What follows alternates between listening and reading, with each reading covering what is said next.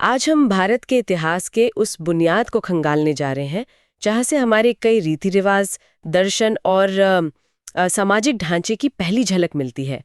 हम बात कर रहे हैं वेदों की। ये वो ग्रंथ हैं जिन्हें भारत की सबसे पुरानी साहित्यिक धरोहर माना जाता है। और धरोहर शब्द यहाँ बहुत अहम है। ये सिर्फ पूजा पाठ की किताबें नहीं हैं। इन्हें आप उस जमाने का एक तरह का क्या कहते हैं मल्टी डिसिप्लिनरी एनसाइक्लोपीडिया समझ सकते हैं। इनमें हमें हजारों साल पहले के लोगों की सोच, उनका समाज, उनकी राजनीति, सब कुछ एक साथ मिलता है। आमतौर पर माना जाता है कि इन ग्रंथों को महर्षि कृष्ण द्वैपायन वेद व्यास ने संकलित किया था, मतलब एक जगह इकट्ठा किया। और हम आज 4 वेदों ऋग्वेद, यजुर्वेद, सामवेद और अथर्ववेद की दुनिया में उतरेंगे। इन चारों को मिलाकर संहिता भी कहा जाता है ना? बिल्कुल। और ये समझना जरूरी है कि भारतीय परंपरा तो इन ग्रंथों को अपौरुषेय मानती है। अपौरुषेय मतलब जिनकी रचना किसी इंसान ने नहीं की। ये ईश्वरीय ज्ञान है। हाँ, लेकिन एक इतिहासकार के नजरिए से देखें तो ये ग्रंथ हमें एक समाज के विकास की कहानी सुनाते हैं। तो चलिए इस कहानी की शुरुआत करते हैं सबसे पुराने अध्याय से, यानी ऋग्वेद से। जब हम कहते हैं कि ये सबसे पुराना है तो मतलब कितना पुराना? हम बात कर रहे हैं लगभग 1500 से 1000 ईसा पूर्व की। ईसा पूर्व? हाँ, बिफोर क्राइस्ट। ओके। यानी आज से करीब 3500 साल पहले। और सबसे हैरान करने वाली बात यह है कि इसे लिखा नहीं गया था शुरू में। लिखा नहीं गया था? तो फिर इसे हजारों सालों तक सिर्फ जुबानी याद रखकर एक पीढ़ी से दूसरी पीढ़ी तक पहुंचाया गया। 3500 साल सिर्फ याददाश्त के दम पर? ये तो अपने आप में कमाल है। तो इस पहले वेद में है क्या? इसका अंदाज कैसा है? इसका अंदाज स्तुति का है, प्रशंसा का। ऋग्वेद असल में ऋचाओं मतलब भजनों का एक संग्रह है। इसे 10 मंडलों या कह लीजिए किताबों में बांटा गया है। अच्छा। और कुल मिला के 10,462 ऋचाएं हैं। जो पुरोहित इन ऋचाओं का पाठ करते थे उन्हें होत्र कहा जाता था। और इन्हीं भजनों में से एक तो आज भी शायद भारत का सबसे प्रसिद्ध मंत्र है, गायत्री मंत्र। एकदम सही। विश्वामित्र द्वारा रचा गया गायत्री मंत्र ऋग्वेद के 3 मंडल में ही मिलता है। और ये सूर्य देवता सवित्र को समर्पित है। सोचिए, एक मंत्र जो हजारों साल पहले रचा गया, वो आज भी करोड़ों लोगों की रोजमर्रा की जिंदगी का हिस्सा है। बिल्कुल। ये इन ग्रंथों की एंड्यूरिंग लेगेसी का सबसे बड़ा सबूत है। हाँ। इसी तरह इसका जो नवा मंडल है वो पूरी तरह से सोम देवता को समर्पित है। लेकिन ऋग्वेद सिर्फ देवताओं की प्रार्थना तक ही तो सीमित नहीं है। मैंने पढ़ा है कि इसमें समाज से जुड़ी एक बहुत अहम बात भी मिलती है। हाँ, और यहीं पर यह ग्रंथ ऐतिहासिक रूप से बहुत महत्वपूर्ण हो जाता है।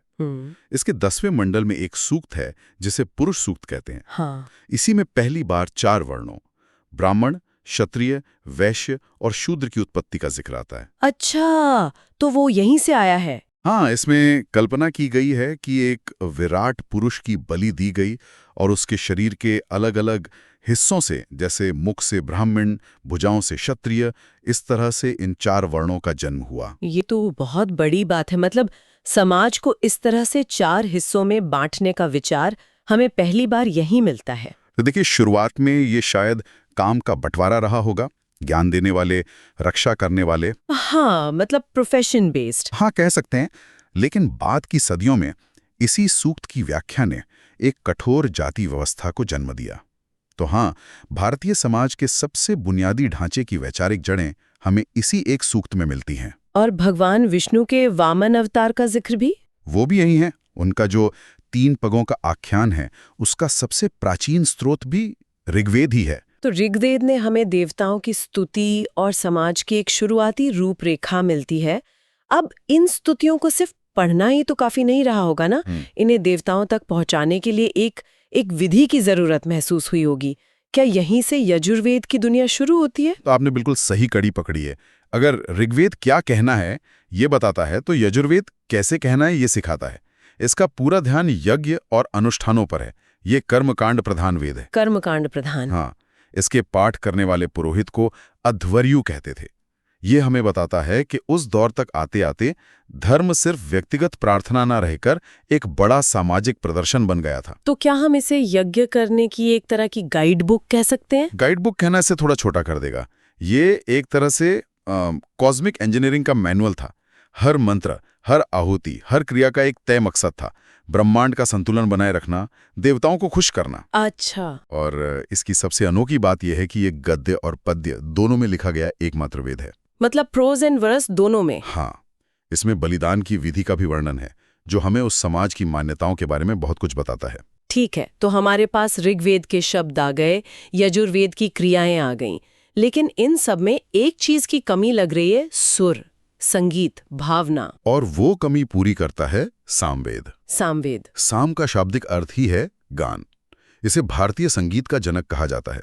इसमें वो ऋचाएं हैं जिन्हें यज्ञ के समय एक खास धुन में गाया जाता था। जो इन्हें गाते थे वो उद्रातृ कहलाते थे। एक मिनट, मैंने सुना है कि सामवेद के ज्यादातर मंत्र वो ऋग्वेद से ही लिए गए हैं, तो फिर एक अलग वेद बनाने की जरूरत ही क्या थी? बहुत अच्छा सवाल है। हाँ, इसके 1810 सूक्तों में से ज्यादातर वाकई ऋग्वेद से हैं, लेकिन एक अलग वेद बनाना ये दिखाता है कि उन्होंने गायन को सिर्फ एक तरीका नहीं बल्कि अपने आप में एक पूरी विधा, एक विज्ञान माना। अच्छा। सुर कैसे लगेंगे, लय कैसी होगी, किस शब्द पर कितना जोर देना है, ये सब कुछ तय था।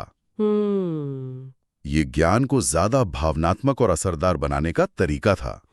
संगीत के जरिए वो मंत्रों में एक नई जान डाल रहे थे। एक और बात ध्यान देने वाली है, स्रोतों के मुताबिक यजुर्वेद और सामवेद दोनों में किसी खास ऐतिहासिक घटना का जिक्र नहीं मिलता। मतलब इनका पूरा फोकस सिर्फ और सिर्फ अनुष्ठान और संगीत पर है। बिल्कुल। अब तक हमने जिन 3 वेदों की बात की, वो देवताओं, बड़े बड़े यज्ञों और पुरोहितों की दुनिया लगती है। ऐसा लगता है जैसे ये सब कुछ बहुत ऊंचे स्तर पर हो रहा है।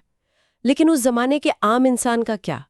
उसकी जिंदगी की छोटी छोटी परेशानियां, उसके डर, उसकी उम्मीदें, क्या उनका कोई जिक्र है? है, और भरपूर है।